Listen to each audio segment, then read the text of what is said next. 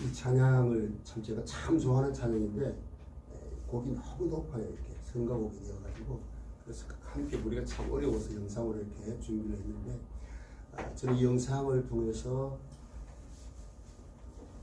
죽었다가 살아난 나사로의 삶 이후의 삶을 한번 생각을 해보았어요. 그럼 어땠을 것 같습니까? 죽었다가 다시 살아나서 살았던 나사로.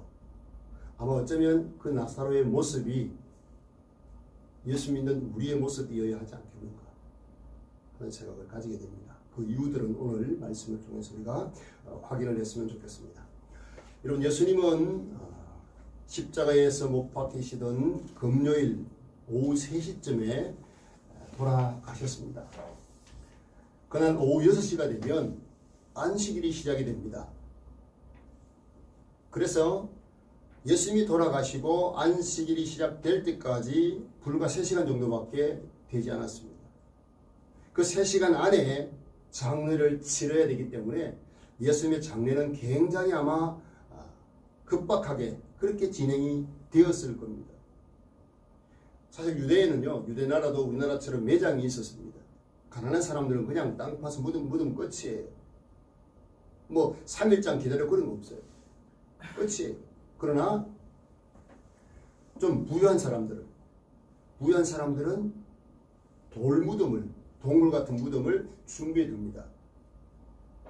예수님이 돌아가셨을 때도 예수님을 평소 존경했던, 그리고 사내들인 공회원이었던 아리마대 요셉이라는 사람이 자기가 죽으면 묻힐 그 무덤을 예수님께 내어드립니다.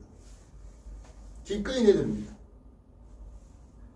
그 당시 부자들은요, 이 동굴의 무덤을 만들어 놓고 거치대에다가 선반을 달아서 그렇게 시체를 안치를 했거든요. 마침 아리마대 요셉이 이렇게 예수님의 시신을 자기 무덤에 장사하기를 원해서 급하게 장례 절차를 밟고 준비를 하고 있었죠. 그때 여러분, 니고데모라고 하는 경건한 사람이 찾아와서 어떻게 합니까?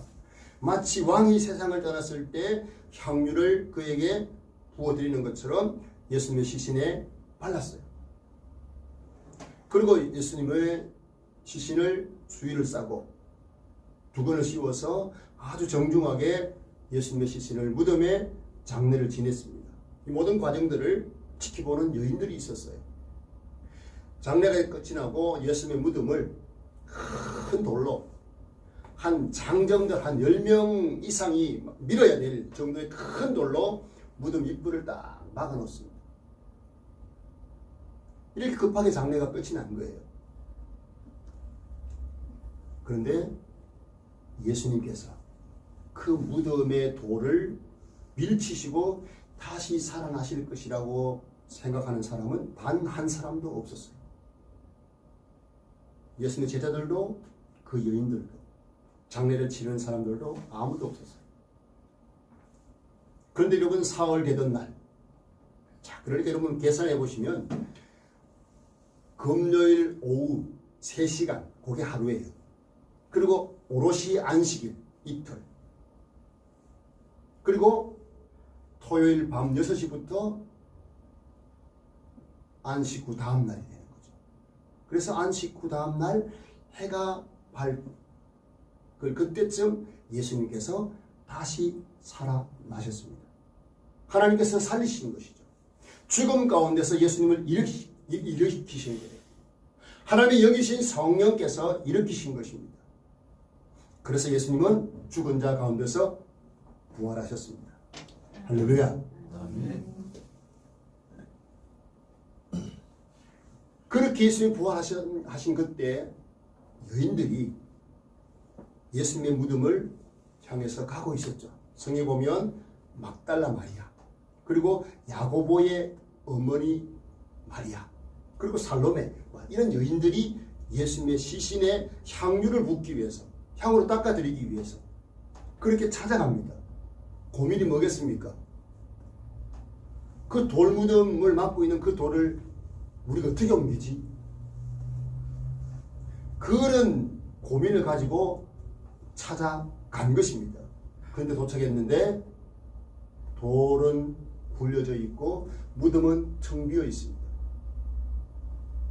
그때 그들은 누가 예수님의 시신을 훔쳐갔나 보다, 그렇게 생각을 했어요. 아니, 예수님의 쌌던 수의들은 그대로 남아있는데 시신이 안 보여요. 그러니까 이 여인들은요, 예수님의 시신이 안 보이니까 누가 훔쳐갔나 싶어서 통곡을 한 거예요. 바로 그때 부활하신 예수님께서 그들에게 나타나셨습니다. 자, 그 내용들을 요한복음 20장에는 어떻게 기술하고 있느냐, 한번 여러분 성경 구절을 한번 보시면, 예수께서 이르시되 여자여 어찌하여 울며 누구를 찾느냐 하시니. 그러니까 예수님의 시신이 없으니까 잘 울고 있었어요. 그 뒷부분 보시면 내가 내 아버지 곧 너희 아버지 내 하나님 곧 너희 하나님께로 올라간다 하라 하시니 막달라 마리아가 가서 제자들에게 내가 주를 보았다 하고 또 주께서 자기에게 이렇게 말씀하셨다 이러니라. 막달라 마리아는 이름이 막달라 마리아가 아니에요. 막달라야 지역에 살고 있던 마리아예요. 그 마리아가 예수님의 부활을 전하기 시작하죠. 부활의 첫 정인이 된 거예요. 여러분, 예수님을 따라다녔던 제자들이 아니라 막달라 지역에 살았던 마리아. 이 성경에 보면 7 귀신 들린 여인이었어요. 여러분, 귀신이 들렸는데 7 귀신에게 사로잡혔으니까 얼마나 그 인생이 비참했겠어요. 근데 예수님을 통해서 귀신이 쫓겨가고 새로운 삶을 살게 된 거죠. 그리고 예수님을 늘 섬기면서 그렇게 사랑을 받았던 그런 여인이 부활하신 예수님을 보게 된 거죠. 여러분, 부활하신 예수님에 대한 소식을 전하는 것이 그 당시에 부담이 되었을까요? 아니면 어땠을 것 같습니까?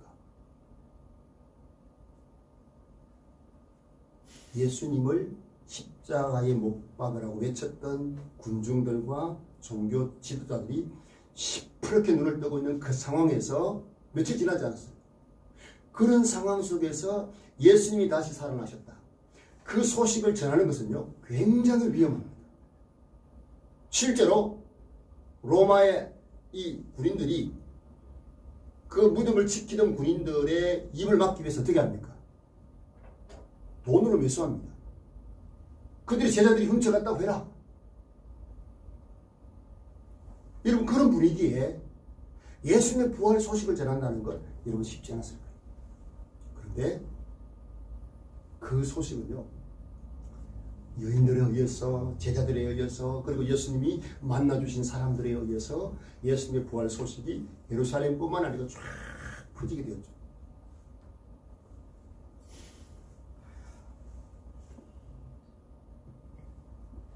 그 누구도 예수님의 부활이 거짓이다 라고 반기를 들지 못했어요. 여러분, 종교 지도자들도 그렇게 하지 못했어요. 왜? 그 군병들이 다 봤거든요. 부활하신 예수님을 봤거든요. 근데 입을 막았거든요. 그러니까 예수님의 부활의 소식을 전하는 사람들을 어떻게 할 수가 없었어요.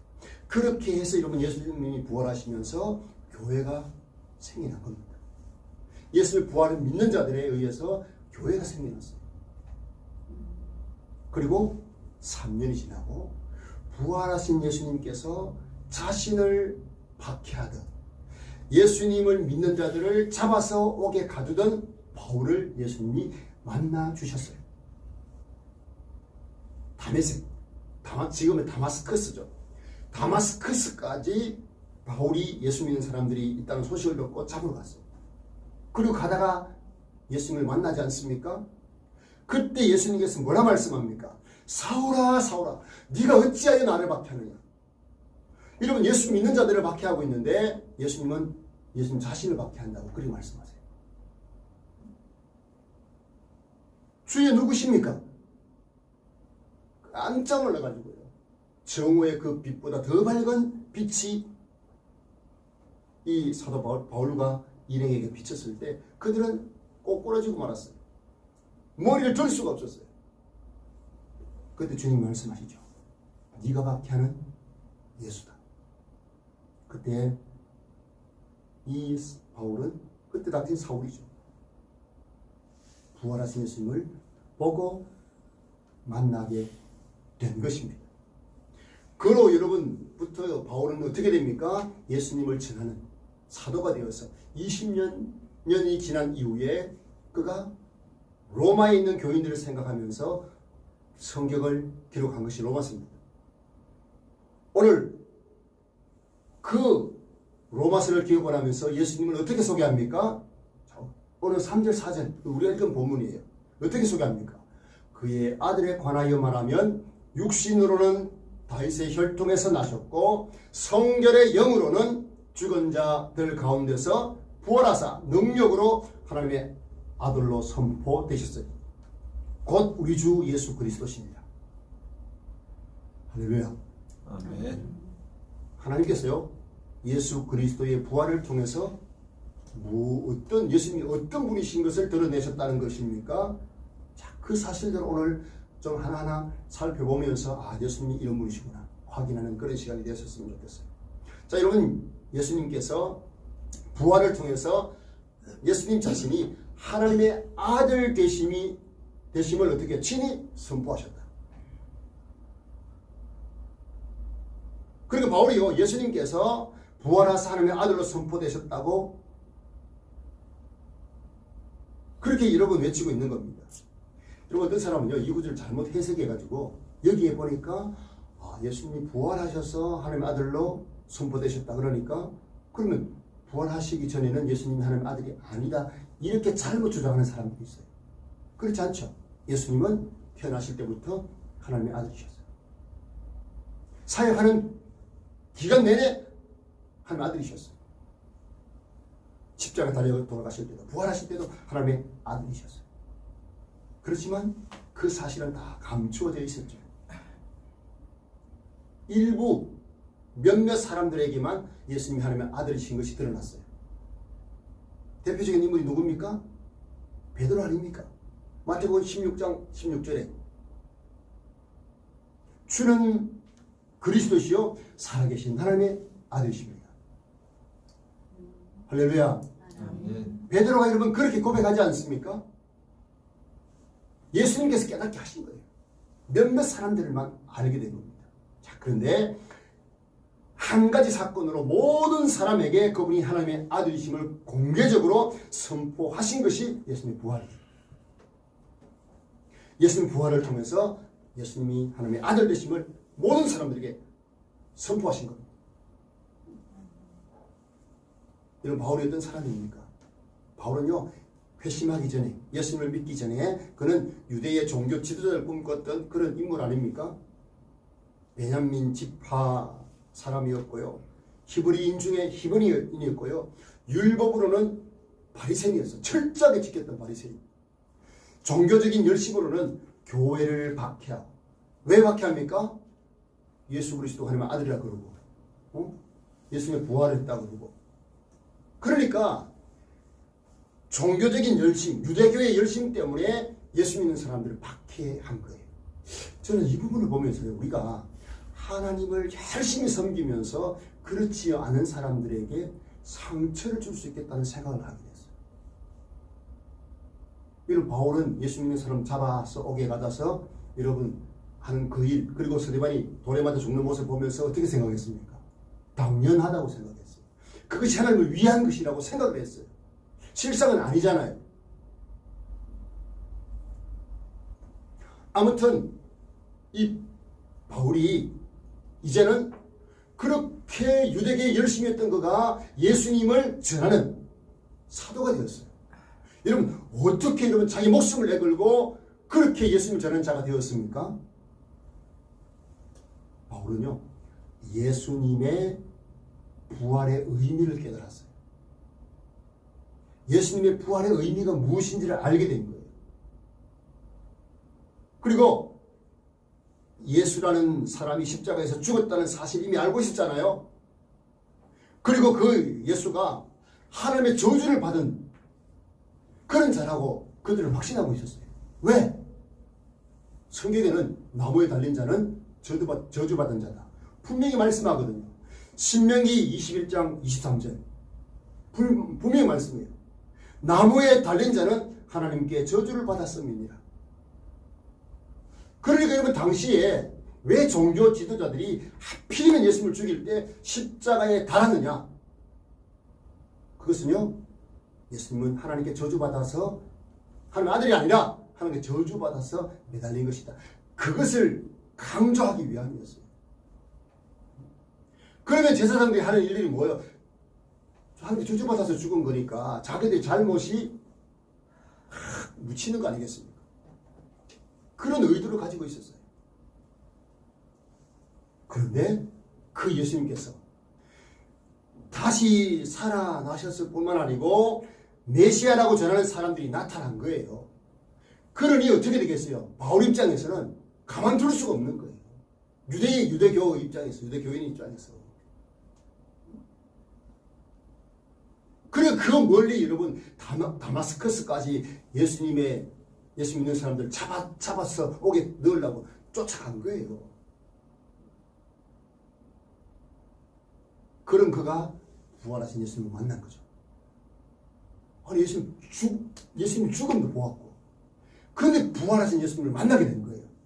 그리고 십자가에 박혀 죽으신 예수님이 하나님의 아들이라는 사실을 확신하게 된 겁니다. 바울이요. 그때 예수님의 죽음의 의미도 바울은 깨닫게 된 겁니다. 그러니까요, 하나님께서 예수님에 대한 어둡던 바울의 지성을 하나님이 확 열어주신 거예요. 저나 여러분 예수님을 제대로 이해하고 믿을 수 있는 것은요, 하나님께서 믿을 수 있도록 우리의 지각을 열어주신 거예요. 할렐루야. 아멘. 똑똑하다고 여러분 이거 믿는 게 아니더라고요. 똑똑하다고. 사람 우리 주위에 보십시오. 정말 사리에 밝아서 어떻게 해야 이게 나에게 이익이 되고 손해와 이익을 막 이게 구분을 잘해가지고 행동 잘하는 처신 잘하는 사람들 많잖아요. 그런데요, 그거보다 더 중요한 영원한 생명에 대한 부분들은 전혀 관심도 없는 사람들이 대부분입니다. 왜 그렇습니까? 그렇게 여러분 이 땅에 사는 동안 손해 안 보는, 그래서 남들 보기에 막 똑똑하고 저 사람은 참 합리적이다, 이런 소리를 듣는 사람들이 왜 못 믿습니까? 하나님께서 열어주셔야 되는 거예요. 바울이 그렇게 예수님의 죽음과 예수님의 부활의 의미를 깨닫게 된 거예요. 우리 성도들도요, 예수님의 죽으심과 부활의 의미를 알면 알수록 감격, 기쁨, 이거 여러분 주체할 수 없게 되는 거 아닙니까? 저는 여러분들이 예수님의 부활의 의미와 죽음의 의미를 성령께서 깨닫게 하시는 은혜를 주시기를 바랍니다. 아멘. 이게 신앙의 전부예요. 사실요, 단순합니다. 복잡하지 않습니다. 복음은. 여러분 십자가의 죽음과 부활은요, 어쩌면 동전의 양면과 같아요. 죽음의 의미를 모르면 부활의 의미를 알 수가 없어요. 하나님 깨달았지만 죽음을 깨달았는데 여러분 이게 부활의 의미를 깨닫지 못한다. 여러분 이거는 있을 수 없는 거예요. 온전한 게 아니거든요. 예수님께서 나무에 달리셔서 마치 하나님께 저주를 받은 것처럼 그렇게 돌아가신 거예요. 이유가 무엇입니까? 저나 여러분의 죄가 하나님 앞에 저주받을 죄이기 때문이에요. 여러분 이거를 모르면요, 예수님이 십자가 나 위해 죽으셨다, 별로 감동이 없는 거예요. 그분이 나를 위해 죽으셨다, 그게 안 믿어지는 거죠. 안 믿어지는 거죠. 그런데 여러분, 예수님은 저나 여러분의 죄를 다 감당하시고 십자가에서 죽으시고 우리가 받을 저주를 당하신 거예요. 그리고 그 죽음을 이기시고 하나님께서 그를 부활시키신 것입니다. 할렐루야. 그래서 여러분 하나님께서는 예수님을 살리신 충분한 이유가 있는 거예요. 하나님의 아들 되심을 선포하신 이유가 있는 것입니다. 그 예수님을 통해서만 우리의 대속의 죽음이 가능하기 때문에 그렇습니다. 여러분 예수님이 저나 여러분의 가장 큰 소망, 가장 귀한 소망이 될 수 있기를 축복합니다. 아멘. 자, 그런가 하면요, 오늘 본문을 보시면 예수님의 부활은 죽은 자들 가운데서의 부활이었다, 그렇게 증언하고 있습니다. 무슨 말씀입니까? 죽음의 권세를 예수님이 이기셨다. 아담 한 사람의 범죄로 인하여서 모든 사람이 죽게 되지 않습니까? 그 죽음이 인류를 삼켜버린 거예요.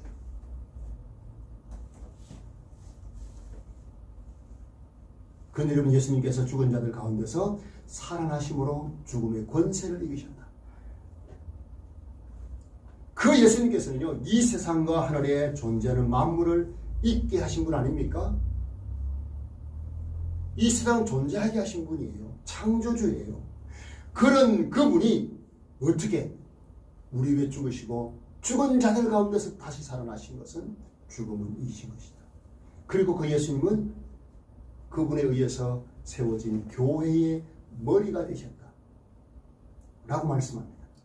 그리고 그를 믿는 자들은 예수님에게 접붙임을 받았다 라고 말씀해요. 여러분, 예수님께 접붙임을 받았다. 이게 여러분, 저는 이게 그냥 바로 이해가 되거든요. 왜?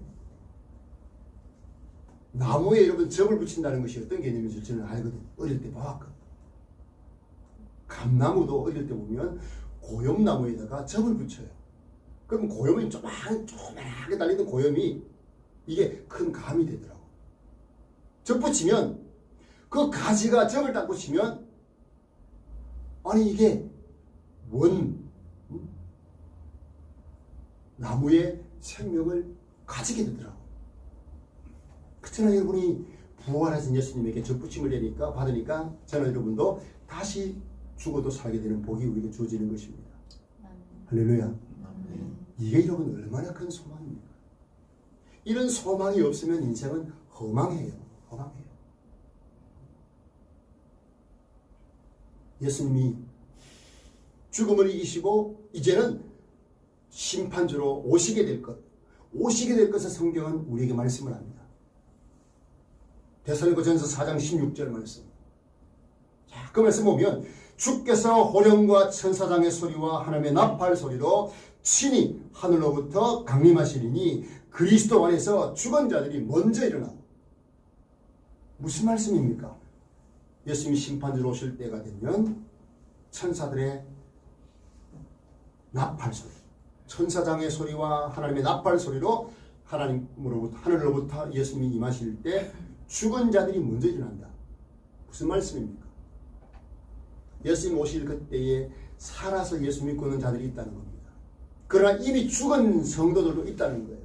그러면 예수님 오실 때 죽은 자들이 먼저 일어난다. 여러분, 이것을요, 성경이 예수님이 돌아가셨을 때 이미 보여주셨어요.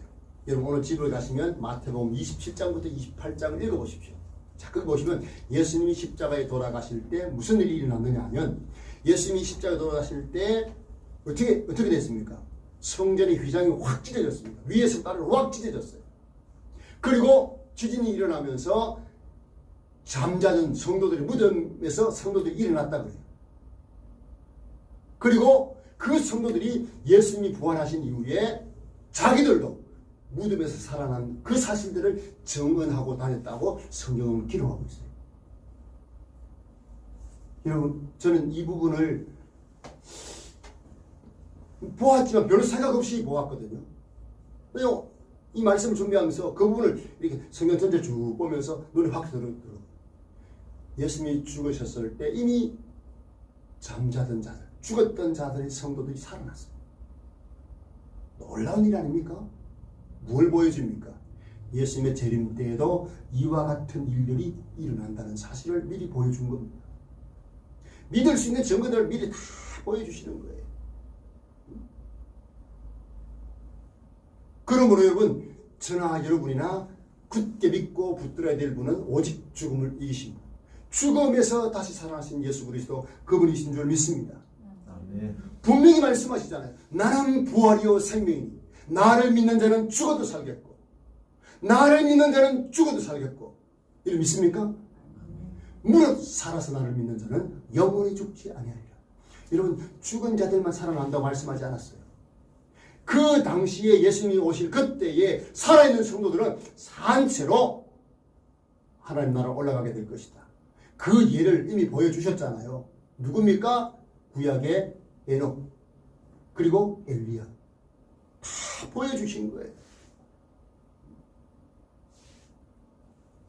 그러므로 여러분, 우리는 부활의 그 주님 때문에 이 내세의 소망이 있는 자들 아닙니까? 그래서 여러분, 죽음도 우리는 두렵지 않은 거예요. 할렐루야. 아멘. 예수님이 부활하신 것처럼 우리도 다시 산다. 이 사실 때문에 여러분, 이 담대한 죽음도 두려워하지 않는 그런 성도의 삶을 사시기를 축복합니다. 아멘. 자, 그리고 오늘 여러분 보시면 예수님의 부활은 성령을 통한 것이다. 그렇게 말씀해요. 여기 보면 육신으로는 다시 혈통에서 나셨고 성결의 영으로는 죽은 자들 가운데서 부활하사. 이 성결의 영이라고 하는 것이 뭡니까? 거룩한 영을 말하거든요. 거룩한 영은 뭡니까? 성령을 말하는 거예요. 하나님께서 성령을 통해서 예수님을 살리신 거예요. 예수님을 살리신 거예요. 그러니까 부활 사건의 주체자는 성령 하나님이셔요. 여러분, 예수님이 이 땅에 오실 때도 성령으로 잉태되셨잖아요. 예수님이 부활하실 때도 성령으로 하나님께서 그를 살리셨다 라고 말씀을 하세요. 그러니까 주도적으로 성령 하나님께서 예수님의 나심과 부활을 주도적으로 이끌어 가신 것을 여러분 볼 수 있습니다. 그래서 교회의 머리가 되신 예수 그리스도를 믿고 따르는 모든 성도들을 예수님의 몸인 지체로 우리 접붙였다. 그렇게 말씀하시는 거예요. 자, 여러분 저를 한번 보세요. 저를 한번 보세요. 제가 여러분을 볼 때, 여러분이 저를 볼 때 어떤 마음이어야, 우리 성도들을 볼 때 어떤 마음이어야 하는가 하면 우리는 예수님의 몸을 이루는 지체들이다. 머리 대신 예수님의 몸을 이루고 있는 지체들이다. 여러분 아멘이십니까? 아멘. 이 사실을 기억하셔야 돼요. 우리가 왜 나와 피가 섞이지 않는 성도들이 모여서 하나님을 아빠라고 부릅니까? 그 이유가 거기 있는 거 아닙니까? 여러분, 저나 여러분이나 예수님이 부활하셨고 성령께서 예수님을 부활하게 하셨다면 그 부활하신 예수님을 믿는 우리들도 이 땅에서 부활을 늘 우리가 경험해야 되는데, 사실 이 부활을 완전하게 경험하는 것이 살아서 불가능합니다. 예수님처럼 몸의 부활을 아직 경험할 수가 없어요. 왜? 아니, 부활은 여러분 죽어야 되는 거예요. 그죠? 죽어야 예수님의 고난을 받으시고 십자가에 죽으셨기 때문에 부활하신 것이지, 안 죽으시면 부활하실 수가 없는 거 아닙니까? 그래서 여러분 예수님의 십자가의 죽으심과 부활은 이 같이 가야 되는 거예요. 미국 같은 교회는요, 한때 예수님의 죽음에 대해서 뭐 자꾸 강조하느냐, 부활을 하셨는데 부활절만 지키면 되지. 여러분, 이게 지혜로운 처사일까요? 아닌 거예요. 부활을 기뻐하려고 하면요, 이 고난의 죽음이 있어야 돼요. 그러니까 이 고난 죽은 없는 부활주일이 없는 거예요. 그렇잖아요. 그래서 여러분, 사실 우리에게는 이 부활은 유보되어 있어요.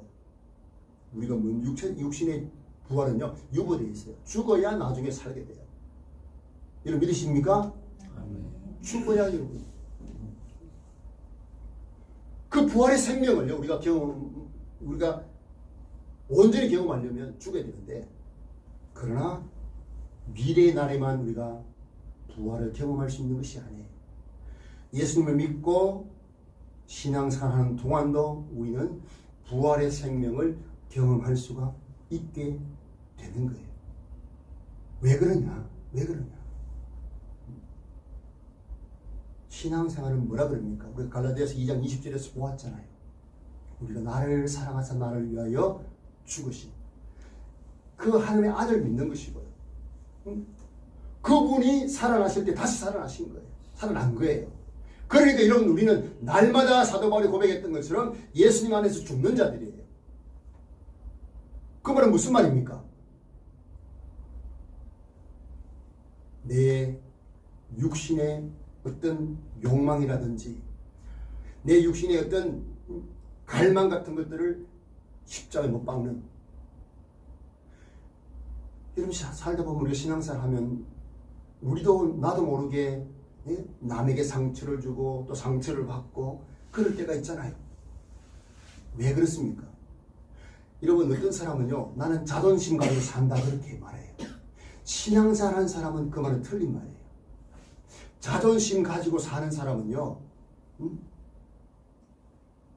자존심이 상하면 그것 때문에 어떻게 됩니까? 굉장히 괴로워합니다. 여러분 십자가 예수님 자존심 상한 내 자존심 상한 십자가 못 지겠다 그러셨나요? 아니시거든요. 예수님은 우리의 구원을 위해서 자존심 그거는 중요한 게 아니에요. 자존감으로 사는 거예요. 저와 여러분. 할렐루야. 무슨 말이냐? 예수님의 부활이 나의 부활이 되었고 예수님이 나를 위해서 죽으실 만큼 나는 존귀한 자다. 그 자존감에 의해서 우리가 사는 것이지 자존심에 의해 사는 자들이 아니거든요. 근데 예수 믿는 사람들은 나는 남아있는 자존심 하나밖에 없다 그렇게 말하는 사람도 있어요. 우리도 그런 것처럼 살다 보면 이게 또 상처를 받고 상처를 주고 그럴 수가 있잖아요. 상처를 줄 때 가만히 보면 내 자신을 죽이지 못해서 그래요. 남이 막 상처를 주는 말을 할 때 내 자신이 죽어버리면 어떻게 해요? 죽은 자는 말이 없거든요. 나는 예수님과 함께 죽은 자다. 나쁜 소리를 하고 상처 주는 말을 하지만 나는 죽은 자다. 이게 여러분 사도 바울이 고백했던 나는 날마다 죽는다. 그 의미예요. 나는 예수님과 함께 십자가에 죽은 자다. 저 사람이 나에게 무슨 말을 하든 무슨 상처를 입히든 나는 죽은 자다. 여러분 그때 그런 믿음의 자세를 가질 때 우리는 부활을 경험하며 살 수가 있는 거예요. 이상하죠?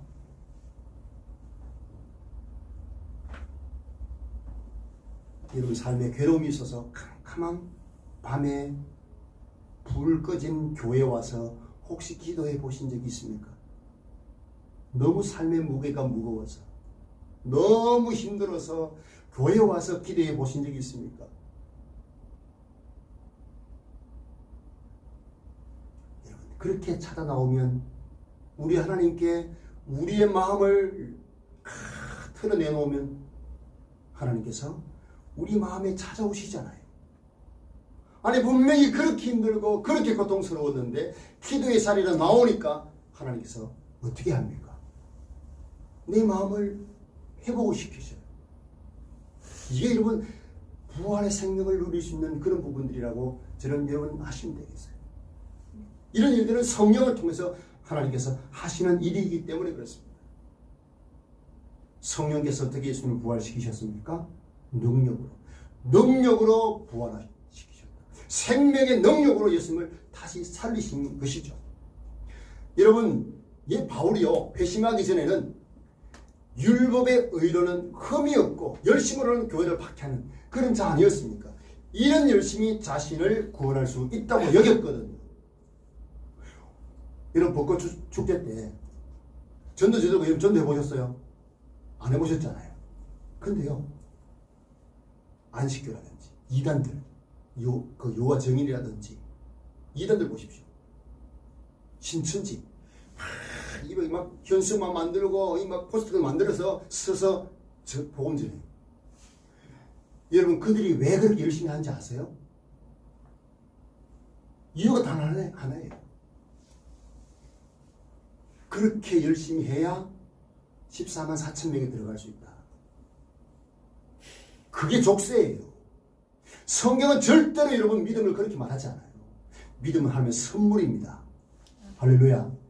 우리의 구원은 하나님의 선물로 주어지는 것이지 내가 노력해서 얻어지는 것이 아니에요. 아니에요. 바울이 여러분 그것을 깨달았어요. 그래서 바울은 자기 모든 것들 다 뭐라고 고백합니까? 배설물이다. 배설물이다. 왜 그랬습니까? 예수님을 능력으로 살리신 그 성령께서 이제는 중요한 것이 무엇인지를 깨닫게 하는 겁니다. 여러분 인생에서 가장 중요한 것이 무엇인지를 아직도 여러분 세상 사람들처럼 이 땅에 있는 돈이고 이 땅에서 뭐 명예고 건강이고 여러분 그거 추구하면요 우리 신앙은 제대로 된 신앙이 아니에요. 이 땅에 사는 동안 물론 우리가 다 해야 될 일들이지만 그게 내 인생의 최고 목표고 최고로 중요한 일이다. 여러분 그건 신앙생활 잘못하는 겁니다. 성경은 그렇게 말씀하지 않습니다. 부활, 성령께서 능력으로 권능으로 예수님을 살리신 그 성령께서 우리에게 뭐라 말씀합니까? 예수님의 생명의 능력을 우리에게 부어주시면서 이 생명을 이 땅을 사는 동안도 누리며 살기를 원하시는 것이죠. 그래서 여러분 성령께서 우리로 하여금 예수님을 어떻게 고백하게 합니까? 나의 구주, 나의 주님으로, 나의 구원자로 받아들이는 것은 조금 쉬울 수가 있어요. 그런데 예수님을 나의 주인으로 받아들이기를 꺼려하는 성도들이 종종 있습니다. 성경은 분명히 예수님이 죽음에서 다시 사신 그 일로 인해서 우리의 주가 되셨다. 우리의 구원자가 되셨고 우리의 주인이 되셨다라고 말씀을 하시는데 여전히 내 인생의 주인은 나인 것처럼 신앙생활하는 경우가 없지 않아 있어요. 무엇이 문제입니까? 그러면 굉장히 불편할 것 같거든요. 내가 주인 되어서 내 마음대로 살아야 되지. 내 주인 되신 예수님이 원하는 대로 살려고 하니까 세상 사람들처럼 살려고 살고 싶은데 그렇게 못하니까 자기가 주인 되려고 하는 거예요. 여러분 우리는 그런 삶이 절대적으로 여러분 온전한 신앙생활이 아님을 아셔야 돼요. 빌립보서 여러분 2장 9절에서 11절을 보면 모든 입으로 예수 그리스도를 주라 시인하여 하나님 아버지께 영광을 돌리게 하셨다. 그렇게 말씀해요. 무슨 말씀이냐? 예수님이 나의 주인이십니다. 왜 주인입니까? 저나 여러분의 죄값을 예수님 대신 치르신 거예요. 십자가에서. 그리고 우리를 산 거예요. 하나님께. 죄값을 대신 치르고 우리를 산 거예요. 누가 주인이에요? 나를 산 분이 주인이죠. 그래서 예수님이 내 주인인 거예요. 저나 여러분의 죄값 치를 능력이 없잖아요. 그래서 예수님 주인이 되신 거예요. 온 우주를 통치하시는 그 주님이 나의 주인 되시고, 여러분 주님이 우리의 주인 되었다는 것이 사실 얼마나 다행스러운 일인지 몰라요. 자, 여러분 동의하시면 한번 들어보세요. 내가 내 인생의 주인 되어서 앞날을 모르는 내가 내 인생의 키를 잡고 살아간다. 자, 이거 하고 내 인생의 모든 생명의 근원이 되시는 예수님, 천지 만물을 창조하시고 통치하시는 예수님, 그분이 내 주인이 되셔서 나를 인도해 가신다. 어떤 삶이 더 나을까요? 여러분 자신이 있으세요? 여러분이 주인 되어서 사는 삶에 대해서? 한 사람도 여러분 자신 있게 말은 할 수 있겠지만 실제로 여러분 그 삶은 비참한 결말로 끝나지 않습니까? 그러므로 여러분 우리 주님은 우리의 하나님의 아들로 선포되셨고 우리의 주로 선포되셨어요. 우리의 주인으로. 할렐루야. 아멘. 그러므로 여러분 생명의 주인, 부활의 생명을 우리에게 주시는 분이 예수님이시고 그 생명을 누릴 수 있도록 하시는 분이 성령 하나님이시고, 그러므로 여러분 우리의 인생은 그분들의 인도하심을 따라 살아가야 하는 것입니다. 예수님의 부활의 생명을 여러분 우리가 늘 인식을 하셔야 돼요. 나는 예수님 안에서 죽었고 나는 예수님 안에서 다시 산 자다. 할렐루야. 아멘. 사실 이것만큼 여러분 기쁜 일이 없지 않습니까? 저나 여러분이나 살아가면서 나쁜 일도 힘든 일도 어려운 일도 당하지 않습니까? 예수님도 당하잖아요. 그렇잖아요. 내가 계획했던 대로 안 되잖아요. 질병에 걸리기도 하고 이별을 경험하기도 하고 내 혼자밖에 없는 것처럼 느껴질 때도 있잖아요. 그런데 문제가 뭐예요? 이런 문제들을 해결할 능력이 우리에게는 없어요. 그게 문제 아닙니까? 그러나 부활하신 예수님이 나와 함께 하시고 그 부활의 생명이 나에게 이르렀고 그 생명이 나에게 주어져 있다는 사실을 여러분 알고 그 생명을 누리는 그런 자리까지 여러분 나아가셔야 됩니다. 나는 예수님과 함께 죽고 예수님과 함께 산 자다. 이 사실을 여러분 믿음으로 여러분 받아들이시고 이 부활의 생명을 누리는 삶을 사셔야 한다는 겁니다. 매일매일 경험하면서 이런 은혜가 저와 여러분에게 넘치기를 주님의 이름으로 축복합니다. 아멘. 자, 우리 찬양 드리십시다. 162장